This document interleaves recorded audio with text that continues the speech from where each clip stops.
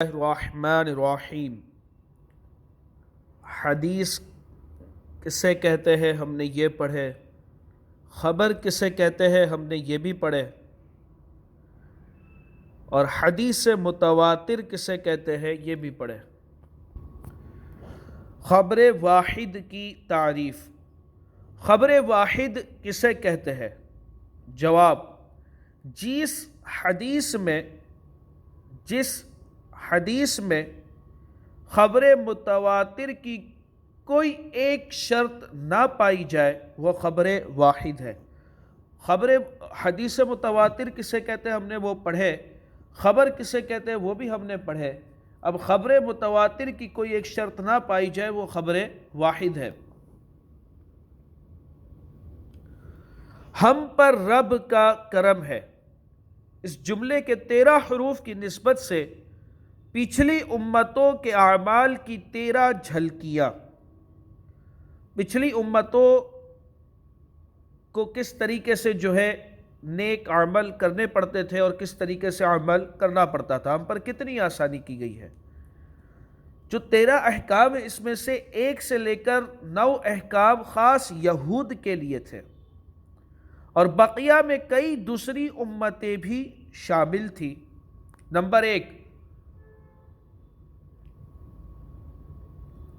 زکوٰۃ میں 1/4 مال ادا کرنا فرض تھا۔ زکوٰۃ کے اندر 1/4 مال ادا کرنا یہ فرض تھا۔ 1/4 25%، 100 روپے میں سے 25 روپیہ، ہم پر 40واں حصہ ہے۔ ان پر 1/4 حصہ تھا، ہم پر 40واں حصہ فرض ہے نا، 2.5%، اور 100 روپے میں سے 2.5 روپیہ۔ اچھا، یہود کے اندر ایک چیز ہے کہ آج بھی وہ جو بھی ان کا انکم ہے 10 to 15% وہ ڈونیشن کرتے ہیں۔ زکوٰۃ میں 1/4 مال ادا کرنا فرض تھا، ہم پر 40واں حصہ ہے۔ اللہ کی رحمت ہے، اللہ کا کرم ہے۔ دوسرا، چربی حرام تھی، چربی کھانا حرام تھا، ہم کھا سکتے ہیں۔ نمبر 3، اونٹ کا گوشت حرام تھا، اونٹ کا گوشت حرام تھا، ہم یہ بھی کھا سکتے ہیں۔ 4 سے 6، 4، 5 اور 6۔ نمبر 4، جس عضو سے گناہ ہوتا تھا اس کو کاٹ دیا جاتا تھا، جسم کے جس حصے سے، جس عضو سے گناہ ہوا اسے کاٹ دیا جاتا تھا۔ نمبر 5، قصاص میں قتل کرنا لازم تھا،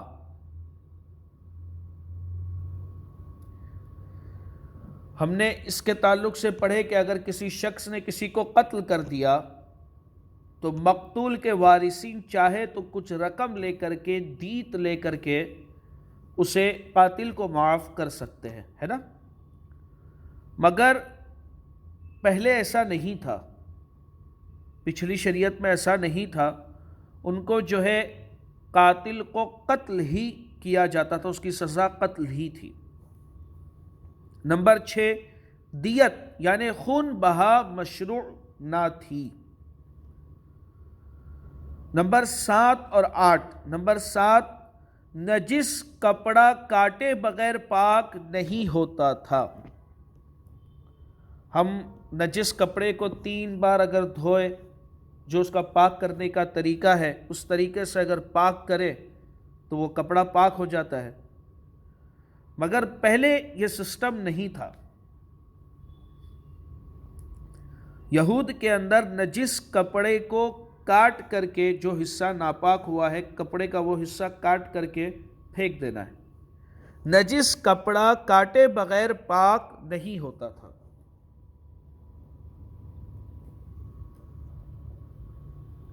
نمبر 8، بعض گناہوں کی سزا میں ان کی صورتوں کو مسخ کر کے، یعنی ان کی صورتوں کو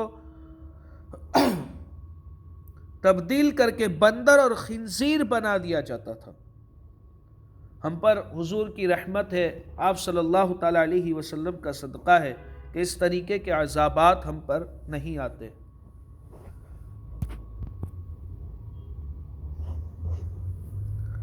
نمبر 9، ہفتے کے دن شکار کی اجازت نہ تھی۔ سنیچر کے دن شکار کی اجازت نہیں تھی۔ ہم ہفتے کے 7 دن شکار کر سکتے ہیں۔ نمبر 10، مال غنیمت حلال نہیں تھا۔ مال غنیمت، اگر کسی کافر سے جنگ ہوئی اور جو کچھ مال حاصل ہوتا ہے وہ ہم پر حلال ہے، مگر پہلے وہ حلال نہ تھا۔ نمبر 11، مسجد کے سوا کسی اور جگہ نماز نہیں پڑھ سکتے تھے۔ یہ اللہ کی رحمت ہے، اللہ کا کرم ہے کہ دنیا کے جس کونے میں چاہے، جس جگہ چاہے آدمی سجدہ کر سکتا ہے۔ نماز کا وقت ہوا، جس جگہ چاہے سجدہ کر لے۔ اگر سفر میں ہے یا کدھر بھی ہے، کام میں ہے، مسجد جانا، یہ آپ غور کر لیجئے۔ تو یہ اللہ کی رحمت ہے کہ ہم پر ساری زمین جو ہے وہ سجدے کے لیے حلال کی گئی۔ مسجد کے سوا کسی اور جگہ نماز نہیں پڑھ سکتے تھے۔ اور نمبر 12، تیمم کی سہولت نہیں تھی۔ آج ہمارے پاس کتنی سہولت ہے، اگر پانی نہیں ہے تو ہم تیمم کر سکتے ہیں۔ شدید بیمار ہے، غسل کی حاجت ہے، شدید بیمار ہے کہ اگر نہائیں گے تو اور بیمار ہو جائیں گے، تو تیمم کی سہولت ہمارے پاس موجود ہے۔ یہ اللہ کی رحمت ہے، آپ صلی اللہ تعالی علیہ وسلم کا صدقہ ہے۔ نمبر 13، بعض قربانیوں کا گوشت دوسرے دنوں میں کھایا نہیں جاتا تھا۔ آج ہم قربانی کرتے ہیں، اس کا گوشت کئی دنوں تک کے ہم کھاتے ہیں، مگر پہلے اس کی اجازت نہیں تھی۔ نیکی کی دعوت کی توہین۔ سوال، ایک مبلغ نے انفرادی کوشش کرتے ہوئے بے نمازی کو نماز کی دعوت دی۔ اس پر مبلغ کو کسی نے دعوت نماز سے منع کیا اور دعوت نماز کے بارے میں کہا اس میں رکھا ہی کیا ہے؟ اس طرح کہنے والے کا کیا حکم ہے؟ جواب، اسی طرح کے ایک سوال کے جواب میں میرے آقا اعلی حضرت امام اہل سنت مولانا شاہ امام احمد رضا خان علیہ رحمت الرحمن فرماتے ہیں، امر بالمعروف و نہی عن المنکر، یعنی نیکی کا حکم کرنا اور برائی سے منع کرنا فرض ہے۔ نیکی کا حکم دینا اور برائی سے منع کرنا یہ فرض ہے۔ ہر مسلمان کو غور کرنا چاہیے کہ اس فرض پر ہم کتنا عمل کرتے ہیں، اور فرض سے روکنا شیطانی کام ہے۔ بنی اسرائیل میں جنہوں نے مچھلی کا شکار کیا تھا وہ بھی بندر کر دیے گئے، اور جنہوں نے انہیں نصیحت کرنے کو منع کیا تھا کہ لما تعیذون قوما، ترجمہ کنز ایمان، کیوں نصیحت کرتے ہو ان لوگوں کو جنہیں اللہ ہلاک کرنے والا ہے یا انہیں سخت عذاب دینے والا ہے۔ یہ پارہ 9 سورۃ الاعراف آیت نمبر 164۔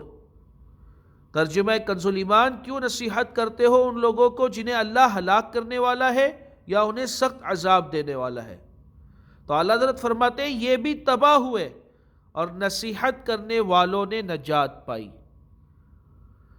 سمجھے، بنی اسرائیل میں جنہوں نے مچھلی کا شکار کیا تھا وہ بھی بندر کر دیے گئے، اور جنہوں نے انہیں نصیحت کرنے کو منع کیا تھا کہ انہیں مت سمجھاؤ، یہ تو عذاب میں پکڑے ہی جائیں گے، گرفتار ہی کیے جائیں گے، تو وہ بھی بندر بنا دیے گئے۔ یہ بھی تباہ ہوئے، اور نصیحت کرنے والوں نے نجات پائی، جنہوں نے نصیحت کی تھی اور انہیں گناہوں سے روکنے کی کوشش کی تھی وہ نجات پائے تھے۔ تو امر بالمعروف و نہی عن المنکر، نیکی کا حکم کرنا اور برائی سے منع کرنا، یہ فرض ہے، اور ہم پر چاہیے کہ یہ فرض کو ہم پورا کرنے کی کوشش کریں۔ اور یہ کہنا کہ اس میں رکھا ہی کیا ہے، نماز کے تعلق سے سوال ہوا کہ ایک شخص نماز کی دعوت دے رہا ہے تو کوئی کہہ رہا ہے کہ اس میں رکھا ہی کیا ہے۔ سب سے سخت کلمہ ہے، اس کہنے والے کو تجدید اسلام اور تجدید نکاح چاہیے۔ غور کریں، یہاں پر کفر کا حکم نہیں ہے، مگر یہ کہا گیا کہ یہ بہت سخت کلمہ ہے۔